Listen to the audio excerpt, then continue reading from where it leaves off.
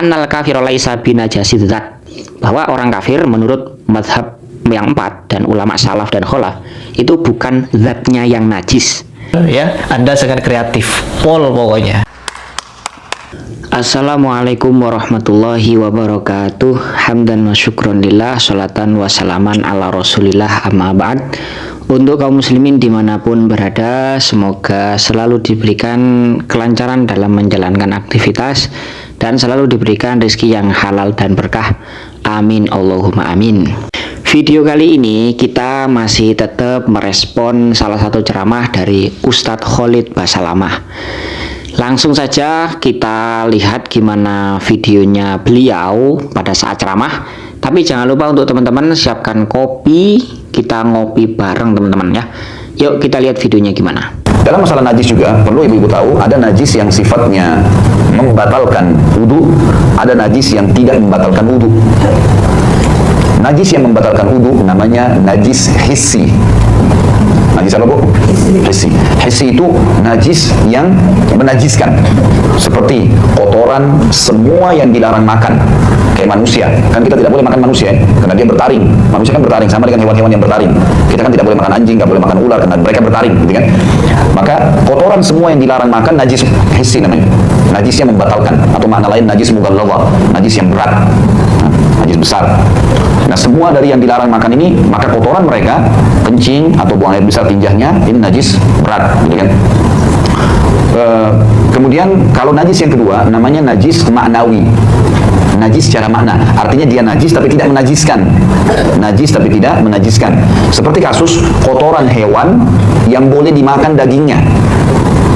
Waduh, ini wawasan baru teman-teman ya.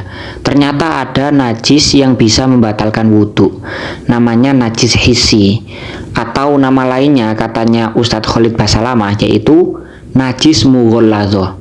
Ya termasuk air tinjanya manusia, air kencingnya ini termasuk najis mughalladhah dan bisa membatalkan wudhu teman-teman. Saya rasa Ustadz Khalid Basalamah ini perlu mencantumkan referensi ya, supaya tidak terkesan mengada-ada. Jadi apakah beliau itu mengambil dari mazhab mana, kitabnya apa, atau beliau langsung mengambil hukum dari Al-Quran dan hadis. Karena kalau kita mengingat salah satu nasihat dari Ustadz Yazid Jawas, kita dalam menyampaikan agama itu perlu dalil teman-teman ya, jadi nggak asal ngomong gitu aja. Dari penjelasan Ustadz Khalid Basalamah bisa kita ambil beberapa poin. Poin pertama adalah najis itu ternyata bisa membatalkan wudhu teman-teman. Lalu benar nggak apa yang disampaikan oleh Ustadz Khalid Basalamah bahwa najis itu bisa membatalkan wudhu? Nah, kalau saya yang jawab langsung, pasti para jamaah Wahabi, teman-teman Wahabi ini nggak akan percaya. Karena saya santri lokal, nggak pernah tinggal di Arab selama puluhan tahun dan nggak pernah ngomong Arab. Jadi apa yang saya sampaikan pasti menurut mereka nggak benar. Oke, ini yang akan menjawab apakah najis itu bisa membatalkan wudhu langsung juga dari Profesor Doktor. Yuk kita simak penjelasannya. Jika kita sudah berwudu lalu di jalan terkena banjir atau becekan jalan, apakah wudu kita batal? Jawabannya tidak. Karena becekan itu bukan najis. Kalaupun najis tidak membatalkan wudu. Cukup disuci saja baru kita sholat. Jadi menyentuh najis tidak membatalkan apa? Wudu. Coba tadi apakah ada membatal wudu menyentuh najis? Jawabannya tidak. Ya, jadi misalnya ada seorang dia gendong ibu-ibu terutama dia sudah berwudu atau anaknya kencing mengencingi badannya, wudunya tidak batal. Tinggal dia bersihkan badannya dari kencing tersebut. Nah, sudah terjawab kan apakah najis itu bisa membatalkan wudhu atau tidak? Maka jawabannya adalah tidak, sesuai dengan apa yang disampaikan oleh Ustadz Firanda. Jadi kalau kita itu terkena najis, baik itu di badan ataupun di pakaian, maka kewajibannya hanyalah membasuh atau menyucikan tempat yang terkena najis itu, sebagaimana yang disampaikan Ustadz Firanda. Nah itu yang benar teman-teman ya. Jadi najis itu tidak membatalkan wudhu. Ini sudah sesuai dengan fatwa daripada Imam Ibnu Baz. Dalam websitenya ini ya, kita langsung buka ini, yang itu yang ada garis apa ya, ungunya. Idza waqa'at ala jismil insan najasatun ba'dal wudu, ketika najis itu ternyata nempel ya, datang mengenai badan seseorang bi an waqa'a alaihi syai'un min bauli sobiyin au ghairi dzalik min anwa'in najasah. Misal ternyata cipratan air kencingnya anak kecil ataupun yang najis-najis yang lain kok kena ke badan, maka gimana? Fa innahu yaghsilu mahallan najasah wa yakfi. Maka orang tersebut itu harus membasuh tempat yang terkena najis. Wa yakfi, dan cukup begitu. Wala yu'idul wudu'a, dan tidak perlu mengulangi wudu. Ini yang benar teman-teman. Bal yaghsilu ma asoban najasah min saubin au badanin walaysa alaihi ayyu'idal wudu. Maka kesimpulannya satu teman-teman ya, apa yang disampaikan oleh Ustadz Firanda itu yang benar. Jadi kalau ada seseorang yang terkena najis baik itu di badan ataupun di pakaian, maka tidak perlu mengulangi wudhu dan cukup dibasuh saja, begitu. Oke, poin pertama sudah terjawab ya, bahwa najis tidak membatalkan wudhu. Dari apa yang dijelaskan barusan, maka secara otomatis pengertian yang diungkapkan oleh Ustadz Khalid Basalamah mengenai najis hissi maka otomatis gugur, karena najis itu sebenarnya tidak membatalkan wudhu. Nah, terus maksud dari najis hissi dan najis maknawi itu apa? Ya sudah, ini kita tampilkan lagi. Ini sebenarnya websitenya milik Wahabi juga teman-teman. Fa maksudul ulama biqaulihim najasah hissiyah wa najasah maknawiyah. Apa sih yang dimaksud ulama dengan ungkapan najis hissi dan najis maknawi? Anna najasatal hissiyata maknaha anna aina syai'i najisun. Bahwa najis hissi itu maknanya bendanya memang najis, atau bahasa lainnya zatnya itu adalah najis.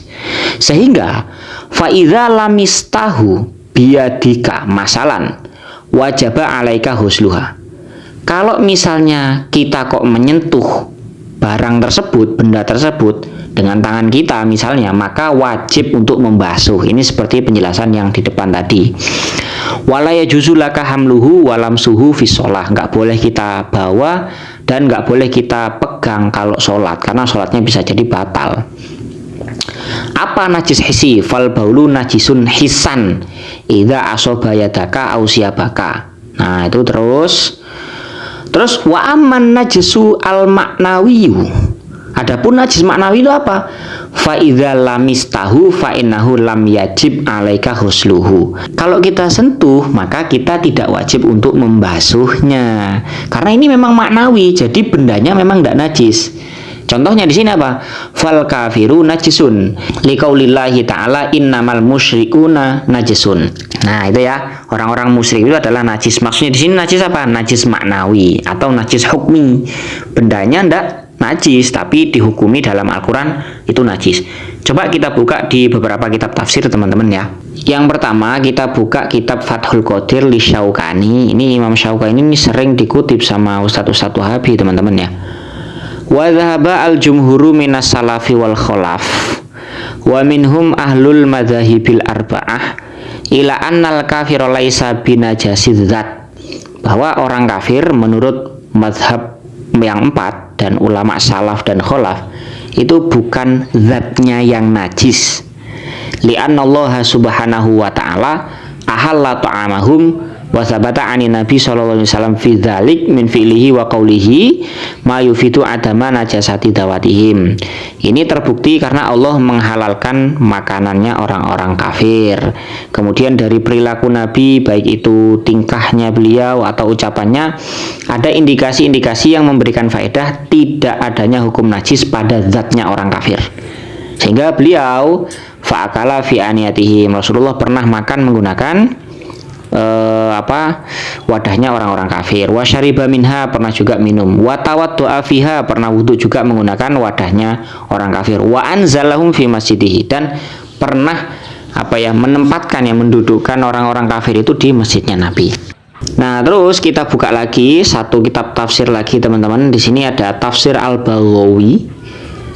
Qauluhu ta'ala ya ayyuhalladzina amanu innamal musyrikuna najasun. Ini langsung ila angkol wa arada bihi. Allah menghendaki dengan ayat ini apa?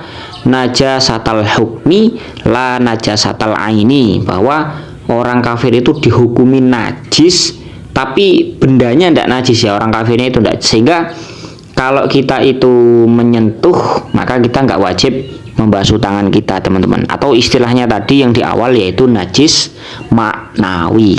Nah, jadi begitu teman-teman, bahwa najis itu tidak membatalkan wudhu. Kalau membatalkan sholat, iya. Dari segi kita harus menjaga kesucian tempat, badan dari najis, bukan karena wudhunya batal. Ya, semoga ini bermanfaat. Wallahu a'lam bishawab.